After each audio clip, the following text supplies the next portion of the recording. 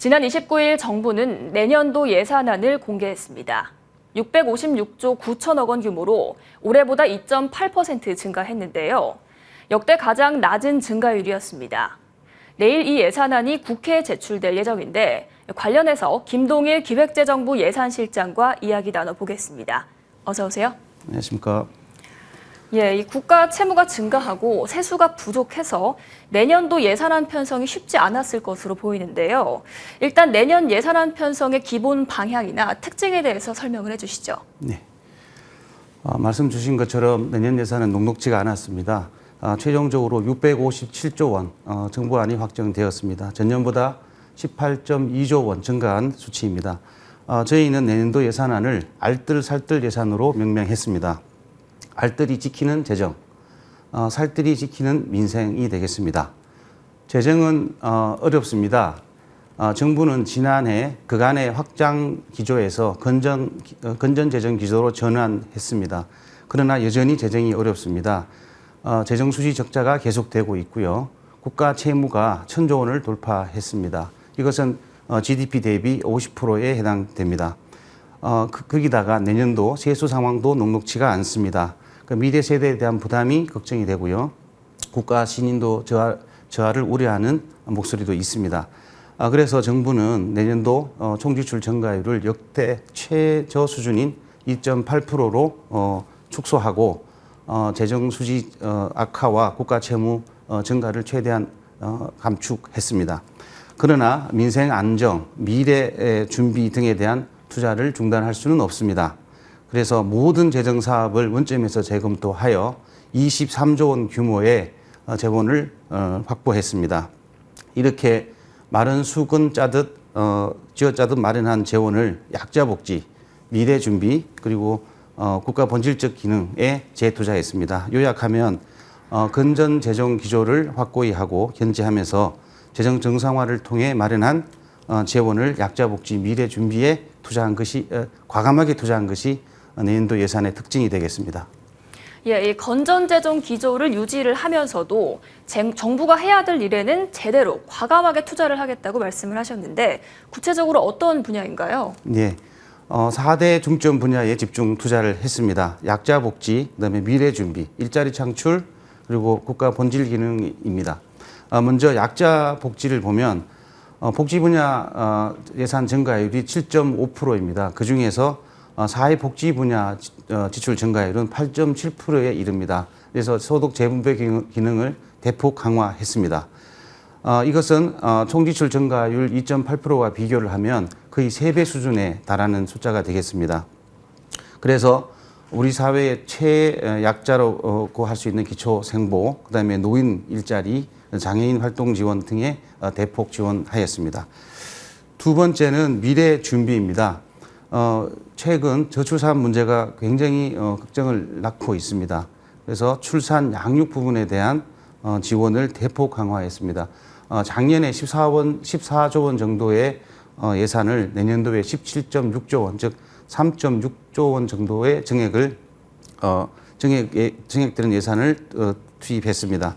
예를 들어서 출산 가구에 대해서 주택 저리융자 프로그램을 신설하고요. 그다음에 분양주택에 대해서는 특공, 임대주택에 대해서는 우선 배정이라는 특례 제도를 마련했습니다. 그리고 제도가 생긴 이후에 최초로 육아휴직 기간을 1년에서 1년 6개월로 연장했습니다. 그리고 반도체, 바이오, 우주 등 대규모 R&D 사업을 추진하겠습니다. 그다음에 세 번째, 경제 활력 일자리 창출 분야입니다. 먼저 산업 중소기업 부분에서 원전, 방산, 그다음에 플랜트 등 대규모 수주를 위한 수출 금융을 1.3조 원 확대하고요. 중소기업에 대한 수출 바우처 지원, 그다음에 해외 전시회 개최 지원 등을 확대하겠습니다. 그리고 글로벌 OTT의 어떤 공세에 대응해서 K 콘텐츠 전략 펀드 등 이 문화 분야에 대한 투자도 확대하겠습니다. 그다음에 AI, 바이오, 사이버 보안, 디지털 플랫폼 정부 등 첨단 서비스 분야에 대해서도 투자를 굉장히 늘릴 계획으로 있습니다. 총 투자 규모는 4.4조 원이 되겠습니다. 그다음에 국가 본질 기능입니다. 최근에 수해가 있었고요. 그다음에 방음 터널에 대한 화재, 그다음에 열차 탈선 등으로 인해서 국민들의 걱정이 많아졌습니다. 이에 대한 대응으로 재난관리 예산을 38% 정도 증액했습니다. 특히 수해 대응 관련해서는 1.2조 원 정도의 예산을 증액 반영하였습니다. 그리고 도로, 철도, 안전 투자에도 0.7조 원 정도의 예산을 반영했습니다.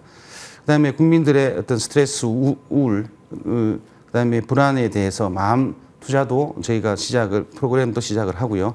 경찰의 대응 능력 또한 키우도록 예산을 반영했습니다.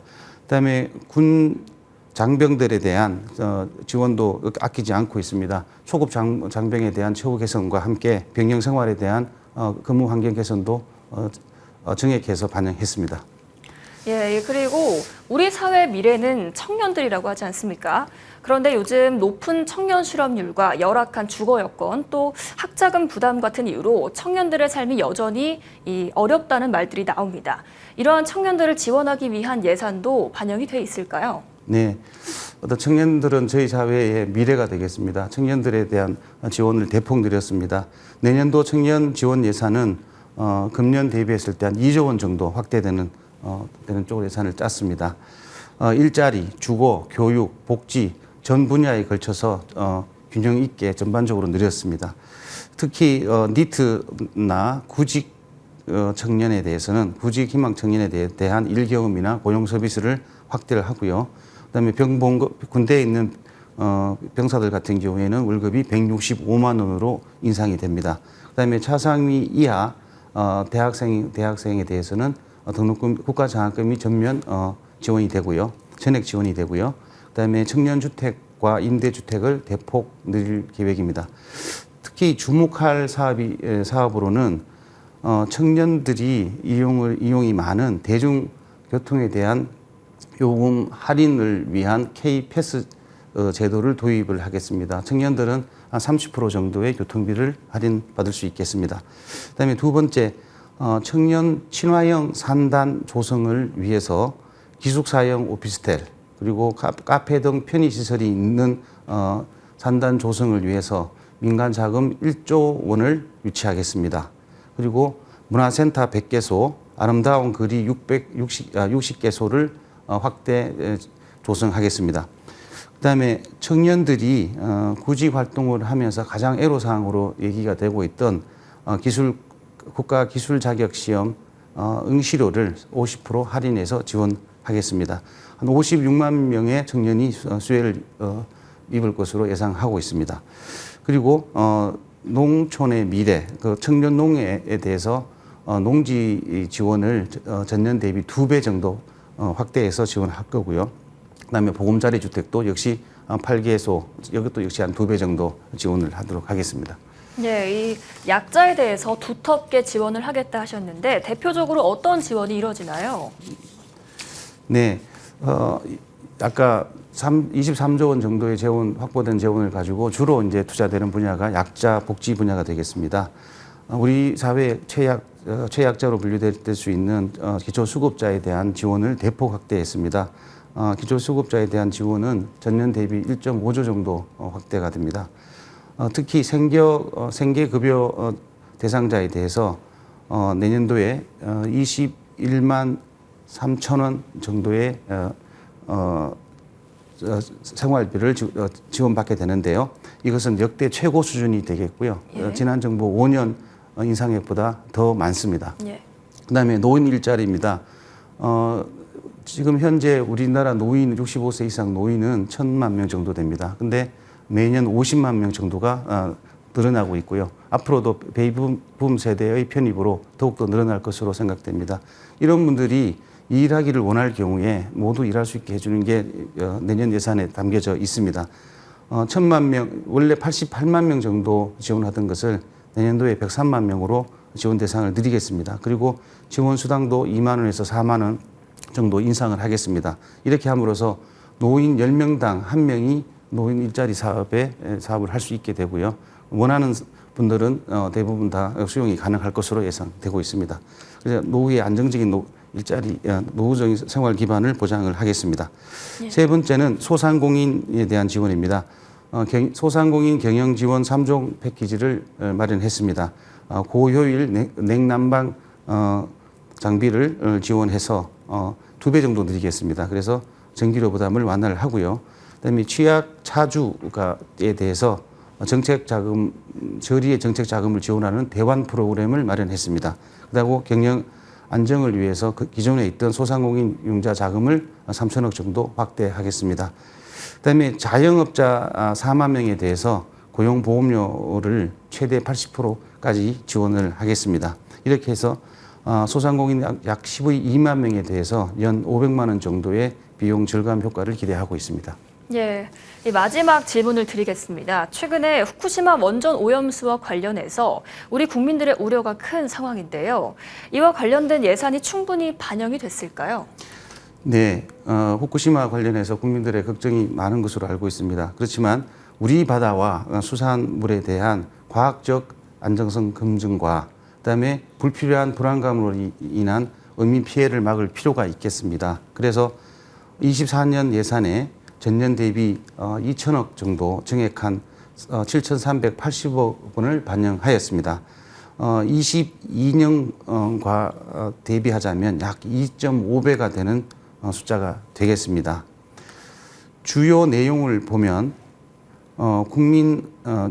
두 가지인데 국민 안전과 관련된 게 있고요. 어업인 경영 안전과 또 관련되어 있습니다. 국민 안전과 관련해서는 촘촘한 방사능 검사, 그다음에 수산물 이력제 등에 600억을 투자를 하고요. 그다음에 어업인 경영 안전과 관련해서는 역대 최대 규모의 수산물 비축, 한 7.8만 톤 정도 비축을 하겠습니다. 그리고 소비 촉진을 위한 할인 쿠폰에 1,338억 원 정도를 반영했습니다. 이것은 전년 대비 2배 정도의 숫자가 되겠습니다.